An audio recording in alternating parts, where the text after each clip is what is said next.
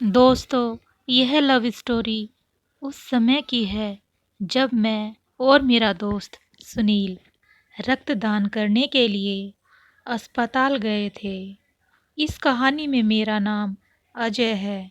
काफ़ी लोगों की भीड़ होने की वजह से हम दोनों अस्पताल के बाहर ही खड़े हुए थे। थोड़ी देर बाद हम अस्पताल के अंदर चले जाते हैं और रक्तदान करने के लिए बेड पर लेट जाते हैं। कुछ देर बाद वहाँ एक नर्स आती है, जिसको देखते ही मैं उसका दीवाना हो गया था। उसकी खूबसूरत आंखों पर लगा काजल और होठों पर लगी लाल लिपस्टिक नर्स के चेहरे की शोभा बढ़ा रही थी। पहली बार देखते ही मुझे उस नर्स से प्यार हो गया था। जब नर्स मेरे पास आई तो मैं उससे उसका नाम पूछता हूँ, तब वह अपना नाम गुनगुन बताती है। मैंने कहा, मैडम, आपका नाम बहुत प्यारा है। थोड़ी देर बाद नर्स वहाँ से चली जाती है। मेरे अनुसार उस समय नर्स की उम्र लगभग 21 वर्ष होगी, जबकि मेरी उम्र 22 वर्ष थी। कुछ देर बाद वह नर्स वापस आ जाते हैं और रजिस्टर में हमारा नाम लिखने लगती है।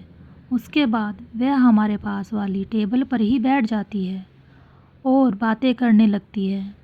जब वह मुझसे बात कर रही थी तो मैं उसके चेहरे की ओर ही देख रहा था। उस नर्स से बातचीत के दौरान पता चला कि उसके घर में एक बूढ़ी माँ के अलावा कोई भी नहीं है।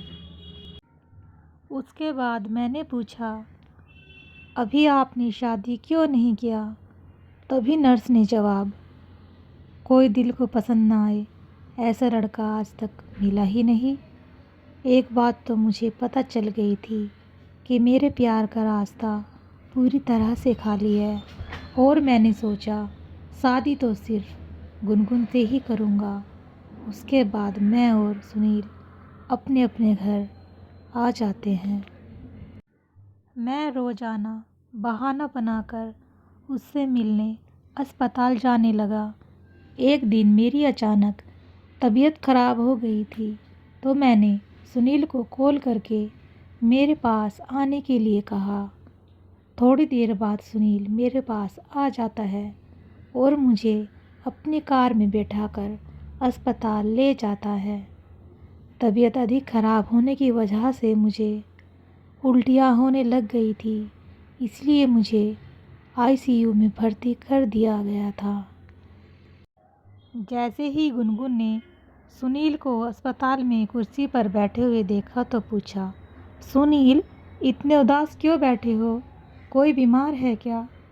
सुनील जवाब देता है, मेरे दोस्त अजय की तबीयत अचानक बिगड़ गई थी।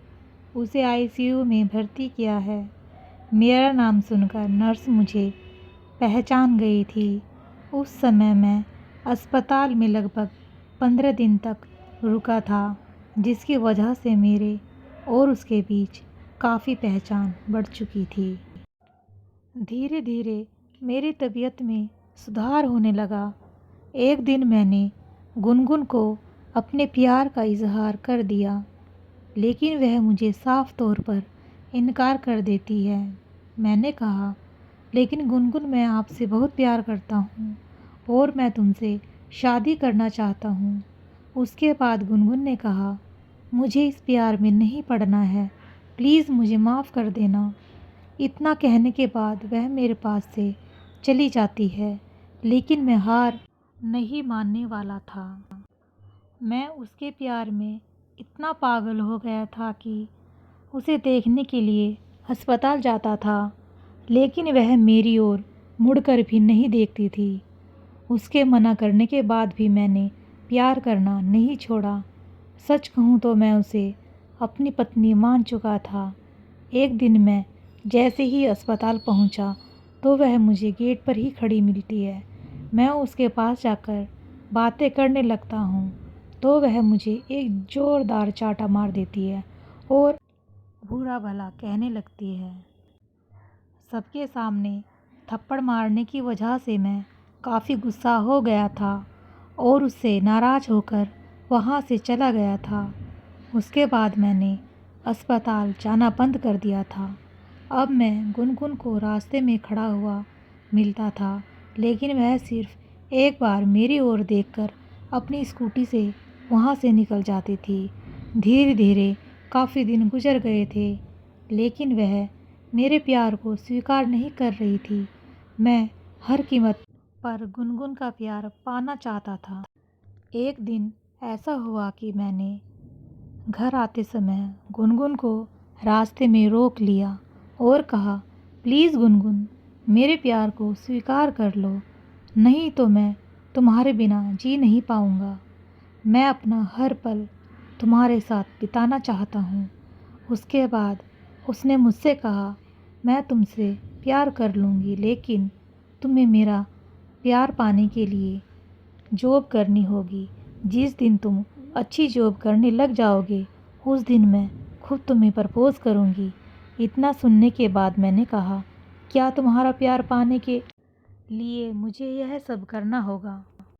इसके बाद गुनगुन ने जवाब दिया, अगर तुम मुझसे सच्चा प्यार करते हो तो मेरा पीछा करना छोड़ दो और पहले एक अच्छी जॉब ढूंढो। उसका प्यार पाने के लिए मैंने उसकी इस शर्त को भी मान लिया था। उसके बाद मैं वहाँ से अपनी बाइक स्टार्ट करके अपने दोस्त सुनील के पास चला जाता हूँ और जॉब दिलाने की बात करता हूँ। मैंने कई कंपनियों में इंटरव्यू दिए, लेकिन किसी ने भी मुझे जॉब नहीं दी थी। मैं काफ़ी परेशान हो गया था। थोड़ी देर बाद सुनील मुझे कॉल करके बताता है कि उसने मुझे एक कंपनी में अच्छी जॉब दिला दी थी। 5-6 दिन कंपनी में जॉब करने के बाद मुझे अपना आईडी कार्ड दे दिया गया था। उसके बाद मैं सीधा अस्पताल पहुंच जाता हूं और गुनगुन को जॉब लग जाने के बारे में बता देता हूं। उसके बाद वह मुझसे कहती है, तुम मुझे अपना मोबाइल नंबर दे जाओ, मैं घर जाकर तुम्हारे बारे में सोचूंगी और फिर तुम्हें कॉल करके बता दूंगी। मैं उसे अपना मोबाइल नंबर दे देता हूँ और बिना कुछ कहे वहाँ से चला जाता हूँ। शाम के समय मैंने उसके व्हाट्सएप पर हाय लिखकर भेजा। थोड़ी देर बाद गुनगुन ने भी मुझे हेलो लिखा। उसके बाद मैंने लिखा, आपने अभी तक जवाब नहीं दिया है। मैं कितने दिनों से तुम्हारा इंतज़ार कर रहा हूँ, लेकिन तुमने मुझे बेवकूफ़ बना रखा है। अगर तुम्हें अभी भी मुझ पर विश्वास नहीं है तो इनकार कर सकती हो। गुनगुन ने लिखा, पागल, जिस दिन तुमने पहली बार मुझे प्रपोज़ किया था, उसी दिन से ही मैं तुम्हें प्यार करने लग गई थी, लेकिन तुम्हें अच्छी जॉब करवाने के लिए मेरे पास इससे अच्छा मौका नहीं था। उसके बाद मुझसे रहा नहीं गया और मैंने व्हाट्सएप पर ही वीडियो कॉल कर दी, क्योंकि गुनगुन का चेहरा अच्छी तरह से देखते हुए मुझे कई दिन हो गए थे। हम दोनों व्हाट्सएप पर वीडियो कॉल के ज़रिए बात कर रहे थे। मैं सिर्फ अचानक चेहरा ही देख रहा था। मैं सिर्फ उसका चेहरा ही देख रहा था और वह मुझसे बार बार पूछ रही थी, क्या देख रहे हो? मैंने कहा, तुम्हारा चेहरा देख रहा हूँ। तभी उसने कहा, क्या तुम्हें मैं इतनी पसंद हूँ जो मेरे बिना एक पल भी नहीं रह सकते? मैंने जवाब दिया, तुम्हारे बिना एक पल भी जीना मेरे लिए बहुत मुश्किल है। धीरे धीरे हम दोनों का प्यार बहुत गहरा होता चला गया। शाम के समय हम दोनों व्हाट्सएप पर रोमांटिक बातें किया करते थे। दोनों ही व्हाट्सएप पर गुड मॉर्निंग से शुरुआत होती थी। मैंने और गुनगुन ने शादी से पहले खूब रोमांस किया था। एक दूसरे को अच्छी तरह से पहचान होने के बाद मैंने और गुनगुन ने शादी करने का फैसला लिया। कुछ दिनों बाद परिवार वालों की सहमति से हम दोनों शादी के बंधन में बंध जाते हैं। आज भी हम दोनों एक दूसरे से बहुत प्यार करते हैं। गुनगुन जैसी लड़की को जीवन साथी बनाकर मैं बहुत खुश था।